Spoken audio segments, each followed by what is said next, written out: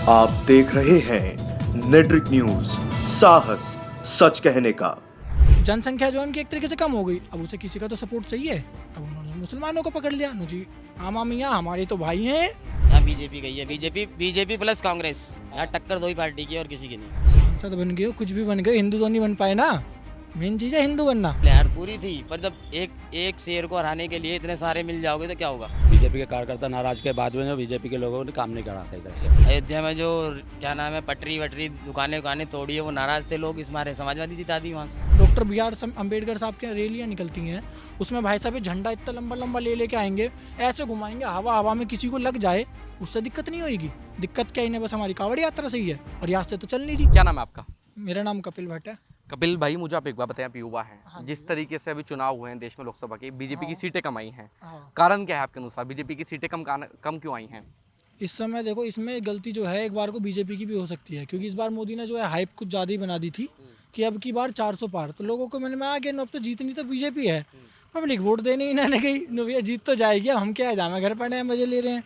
Plus voting percentage जो कम हुआ है, हाँ, उसका रीज़न ही यही है कि हाइप ज़्यादा बन चुकी थी कि बीजेपी जीतनी है। बीजेपी वालों को लगा ना वोट क्या देना, जीत तो जाएगी, 400 पार ना भी आवे जीत तो जाएगी भाई। बल्कि विपक्ष जो था उसने दबा के वोटिंग मारी है भाई साहब।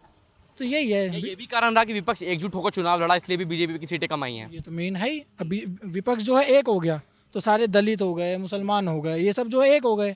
ये सब इन लोगों ने अपनी अलग ही पार्टी बना के भैया एक साथ इकट्ठा हो गए, तो जनसंख्या तो एक बार को उनकी भी ज़्यादा हो ही जाएगी। प्लस वो एक्टिव ज़्यादा थे चुनाव में, हम लोग जो है हल्के पड़ रहे थे। नो जी अरे जीत जाएगी, कोई दिक्कत ना, नहीं गए वोट देने में, खुद नहीं जा पाया, मैं हॉस्पिटल में एडमिट था उस समय पे। अब गाजियाबाद में उपचुनाव होने वाले हैं, हम गाजियाबाद के रहने वाले, आपको क्या लगता है आने वाले समय में, जैसे जब 20 तारीखों का ऐलान होता है, बीजेपी यहाँ से जीत सकती है? जीत सकती है का क्या मतलब है? जीतेगी, उसके अलावा ऑप्शन क्या है? ऑप्शन कांग्रेस है, समाजवादी पार्टी है, एक चंद्रशेखर आजाद भी हैं, वो भी अपने प्रत्याशी उतारेंगे। तो कोई टक्कर नहीं दे पाएंगे बीजेपी को। वही वाला चंद्रशेखर आजाद जिसे यूँ नहीं पता मैं हिंदू हूँ क्या हूँ, वो अपने आप को एक अलग ही कौम में ले जा रहा है। हिंदुओं में क्या था, ब्राह्मण क्षत्रिय वैश्य शूद्र, अभी अपने आप को दलित अलग ही बता रहा, हम हिंदू ही नहीं है। तो इन चारों वर्ण व्यवस्था में कहाँ आता था? कहीं भी नहीं आ रहा। फिर इसका तो इतिहास ही खराब है। अब तो वो सांसद बन गए हैं यार। सांसद बन गए हो, कुछ भी बन गए, हिंदू तो नहीं बन पाए ना। मेन चीज़ है हिंदू बनना। भैया इनके दादाओं से पूछा, उन्हें पता होगा ना भाई हम हिंदू थे। इन्हें नहीं पता, ये नहीं बता रहे हम तो जी दलित, हम तो हिंदू ही नहीं है। संतोष तिवारी। यूपी में बीजेपी की लोकसभा सीटें कम क्यों आई हैं? कार्यकर्ता नाराज था बीजेपी से। कार्यकर्ता नाराज था, आरएसएस नाराज थी? कार्यकर्ता आरएसएस भी नाराज थी कहीं ना कहीं। बाकी काम वाम कोई मुद्दा नहीं रहा इनका? काम तो किया है, पर अयोध्या में जो क्या नाम है पटरी वटरी दुकानें तोड़ी है, वो नाराज थे लोग, इस मारे समाजवादी जिता दी वहाँ से। बाकी और जो लोकसभा सीटें आई हैं, जैसे मुजफ्फरनगर है, आपका सहारनपुर है, यहाँ क्या हुआ, बिजनौर, नगीना, वो कांग्रेस और समाजवादी मिलकर लड़ी है चुनाव, इस वजह से वो जीत गई वहाँ से। ये लहर कम थी मोदी जी की इस बार? नहीं, लहर पूरी थी, पर जब एक शेर को हराने के लिए इतने सारे मिल जाओगे तो क्या होगा। तो वो तो 2019 में भी हुआ था। नहीं, उस समय बीएसपी से गठबंधन था समाजवादी का। मनीष शर्मा, थोड़ा सा पार्टी लोग नाराज थे बीजेपी से, इसलिए थोड़ा सीट कम आई है। पार्टी के लोग नाराज थे या कार्य लोग भी नाराज थे? लोग भी नाराज थे, कार्यकर्ता भी नाराज थे, थोड़े मोमडन लोग हैं वो नाराज थे उनसे। मोमडन लोग क्यों नाराज थे? थोड़ा लगता है उन्हें कहीं ना कहीं मोदी ने काम नहीं किया इसलिए। और बाकी जो ये और कार्यकर्ता है उनकी क्या नाराजगी थी? काम की वजह से उनकी नाराजगी थी। उन्हें लगता है कि बेरोजगारी है ज़्यादा बढ़ गया, कुछ नहीं है उनकी सरकार में? पूछ भी नहीं है, और काम की वजह से भी थोड़ी नाराजगी थी उनकी। अच्छा, जैसे मैं अभी भाई से बात कर रहा था, कह रहे हैं कि गाजियाबाद बीजेपी का गढ़ है। अब गढ़ है, ठीक है, अब जो उपचुनाव होंगे, अब जो सांसद तो तुलकर बन गए यहाँ से, पहले विधायक हुआ करते थे, उपचुनाव होंगे, आपको क्या उम्मीद है यहाँ से कौन जीतेगा? बीजेपी। और जो वो नाराजगी दूर हो गई, जो भी कार्यकर्ता नाराज थे, बेरोजगारी थी, वो मुद्दा कहाँ गया फिर? वो मुद्दा इसलिए चला गया क्योंकि सबको दिख रहा है कि इस समय काम हुआ है बीजेपी की सरकार में बहुत ज़्यादा। ठीक है, बेरोजगारी सबको पता है कि बेरोजगारी कहीं से कहीं तक नहीं है, लोग जागरूक हो गए हैं इस चुनाव के बाद, इसलिए। मतलब इस चुनाव के बाद लोगों को अकल आई है? बिल्कुल, हमको आई है, सबको आई है। आपने भी बीजेपी को हराने के लिए वोट दिया था? मैंने बीजेपी को दिया था और मैं शुरू से आज तक बीजेपी को ही देता आया हूँ। अच्छा, कारण क्या है और कोई राजनीतिक पार्टियां क्यों पसंद नहीं? मुझे बीजेपी बहुत पसंद है क्योंकि बीजेपी एक तो हिंदुत्व की पार्टी है और काम करती है।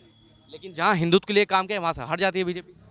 वो लोगों के ऊपर है, वहाँ के लोग नहीं मानते कि हाँ हमारे लिए काम किया है, इसलिए। तो बताओ, आपके अनुसार उपचुनाव में बीजेपी जीत रही है? बिल्कुल, गाजियाबाद से उपचुनाव में बीजेपी ही जीतेगी। वेद प्रकाश। यूपी में इस बार बीजेपी की लोकसभा सीटें कम क्यों आई हैं?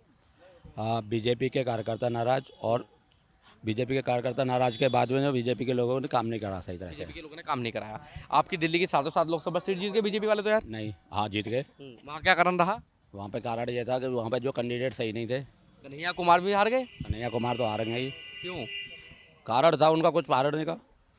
जो उन पर लोग आरोप लगाते हैं कि देशद्रोही के नारे लगा। वो आरोप जो लगाया था वो तो खैर गलत है, बाकी आरोप नहीं, बदला जो है वोट हमारे यहाँ से कई कैंडिडेट लड़े थे, इसलिए वो चुनाव हार गए वहाँ से। अच्छा, यूपी में बीजेपी की हार का क्या कारण सुनते हैं आप? जो लोगों से बातचीत करते हैं, क्या कारण मानते हैं यूपी में?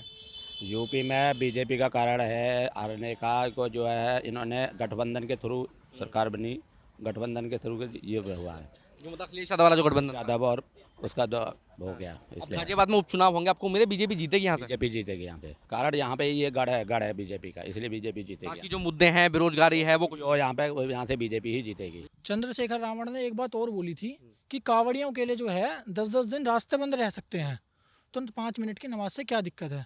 तो मैं इससे दिक्कत बता देता हूँ। पहली बात, हिंदुस्तान का जो बंटवारा हुआ था वो धर्म निष्पक्ष पे हुआ था।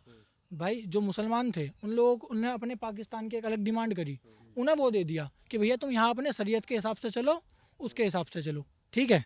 हिंदुओं के लिए अपना गढ़ोगे हिंदुस्तान, हिंदुस्तान मतलब हिंदुओं का स्थान, तो भैया हमारी जो पुरानी मान्यता है हम तो उसे करेंगे ही। हमने अपने धर्म के नाम पे ही तो देश को चुना था कि हम हिंदुस्तान में रहेंगे। अब ये लोग हम पे उंगली उठाने की, भैया रास्ते बंद रहेंगे, क्यों रहेंगे भाई?